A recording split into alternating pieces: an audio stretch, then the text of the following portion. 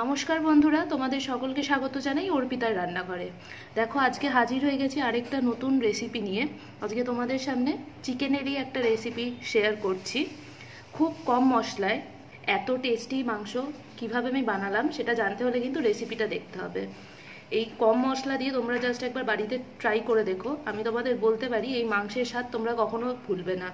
তো এই রেসিপিটা তোমরা দেখো, আর ভিডিওটা ভালো লাগলে ভিডিওটাকে কিন্তু অবশ্যই লাইক করো, আমার চ্যানেলটাকে অবশ্যই সাবস্ক্রাইব করে দিও, আর পাশে থাকা বেল আইকনটা অন করো যাতে তোমরা আমার সব ভিডিও নোটিফিকেশন পেয়ে যাও। তাহলে চলো রেসিপিটা দেখে নেওয়া যাক।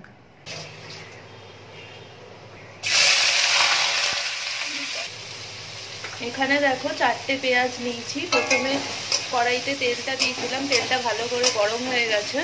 তারপর এখানে 4টে পেঁয়াজ এরকম ঝিরি করে কুচিয়ে নিয়েছি। এবার এটা তেলের মধ্যে দিয়ে দিলাম। এবার পেঁয়াজটা প্রথমে একটু ভাজা ভাজা করে নেব। এবার এর মধ্যে সামান্য একটু নুন দিয়ে দিচ্ছি যাতে পেঁয়াজগুলো তাড়াতাড়ি একটু ভাজা ভাজা হয়ে যায়।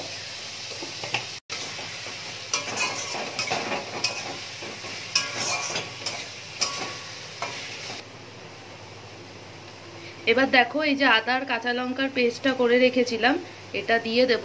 কারণ কি, এদিকে দেখো পেঁয়াজটা হালকা ট্রান্সপারেন্ট হয়ে গেছে ভাজতে ভাজতে। এবার দিলাম হচ্ছে এর মধ্যে রসুন বাটা।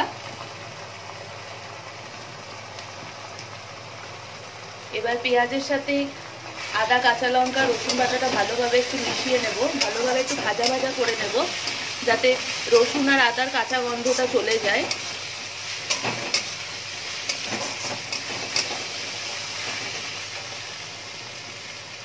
এবার মশলাগুলো একে একে দিয়ে দিচ্ছি। সবার প্রথমেই দিয়ে দিলাম দেখো হলুদ গুঁড়ো। এবার দিয়ে দেব স্বাদ অনুসারে নুন। মশলা বলতে দেখো এখানে কিন্তু শুধু হলুদ গুঁড়োই গেল, আর এখানে কিন্তু জিরে ধনে কোনো মশলাই গেল না। এবার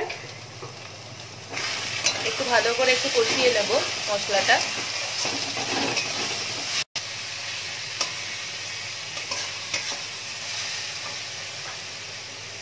এবার দিয়ে দিলাম টমেটো কুচি। 2টো টমেটো ছোট ছোট করে দেখো কুচিয়ে নিয়েছি। এবার টমেটোটাও একই সাথে মিশিয়ে ভালো করে কষিয়ে নেব। তোমরা চাইলে আদা রসুন দেওয়ার পরেও টমেটোটা দিতে পারো, তবে আমি আলাদা আলাদা করেই মশলাগুলো একটু কষিয়ে নিচ্ছি।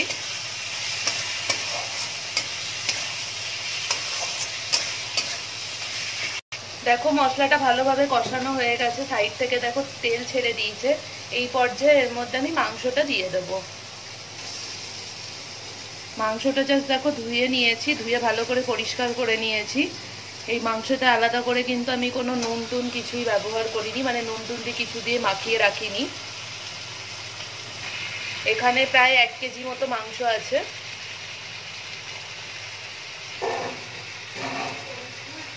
এবার মশলার সাথে ভালোভাবে মাংসটা মিশিয়ে নিচ্ছি প্রথমেই।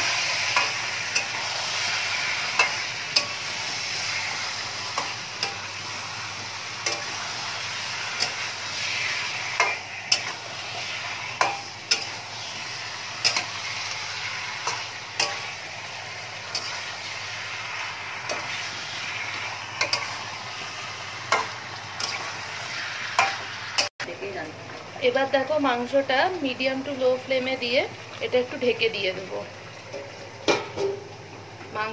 মাংস থেকে এমনিই দেখবে জল ছেড়ে দেবে, আলাদা করে আমি এখন কোনো জল ব্যবহার করিনি। দেখো মাংসটা আমি কিন্তু কোনো এখনো জল অ্যাড করিনি।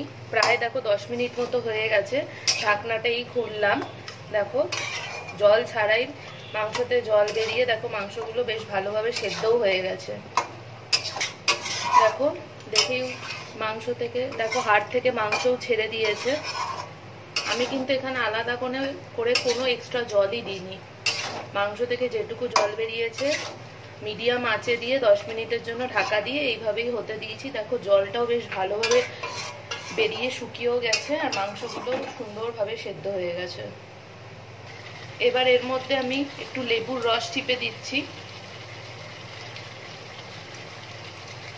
এইভাবে তোমরা একবার মাংসটা জাস্ট বানিয়ে দেখো, আমি গ্যারান্টি দিয়ে বলতে পারি মাংসর টেস্টটা কিন্তু বেশ দারুণ হয়।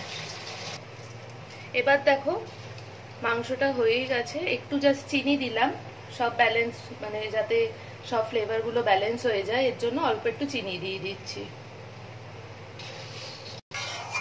ভালোভাবে এবার চিনিটা দেওয়ার পর একটু মিশিয়ে নিচ্ছি। এটা কিন্তু এরকম শুকনো শুকনোই হয় মাংস। দেখো একটু যে হালকা হালকা যে একটু গ্রেভিটা আছে, গায়ে গায়ে লেগে আছে মাংসর। এবার দেখো স্বাদটা আর একটু দ্বিগুণ করার জন্য এর মধ্যে কিন্তু লাস্টে আমি একটু ঘি অ্যাড করছি। এই মাংসতে আমি ঘিটা লাস্টে দিলে স্বাদটা কিন্তু বেশ ভালো আসে। আর দিলাম এবার একটু গরম মশলার গুঁড়ো, এবার দিয়ে দিলাম একটু ধনেপাতা কুচি। এই মাংসতে দেখো সেরকম কোনো মশলাও গেল না, শুধু একটু হলুদ গুঁড়ো, লবণ স্বাদ অনুসারে, তারপর এই লাস্টে নাবানোর সময় একটু জাস্ট ঘি, গরম মশলার গুঁড়ো। এরকম কষা কষা হবে, তোমরা একবার বাড়িতে জাস্ট ট্রাই করে দেখো। এই মাংসর স্বাদটা কিন্তু বেশ দারুণ হয়। আর তোমাদের কেমন লাগলো সেটা অবশ্যই ট্রাই করার পর আমাকে কমেন্টসে এসে জানিও। তোমরা এই রেসিপিটা অবশ্যই একবার বাড়িতে ট্রাই করো, আর তোমাদের কেমন লাগলো সেই মতামত এসে আমাকে কমেন্টসে কিন্তু জানাতে একেবারে ভুলো না।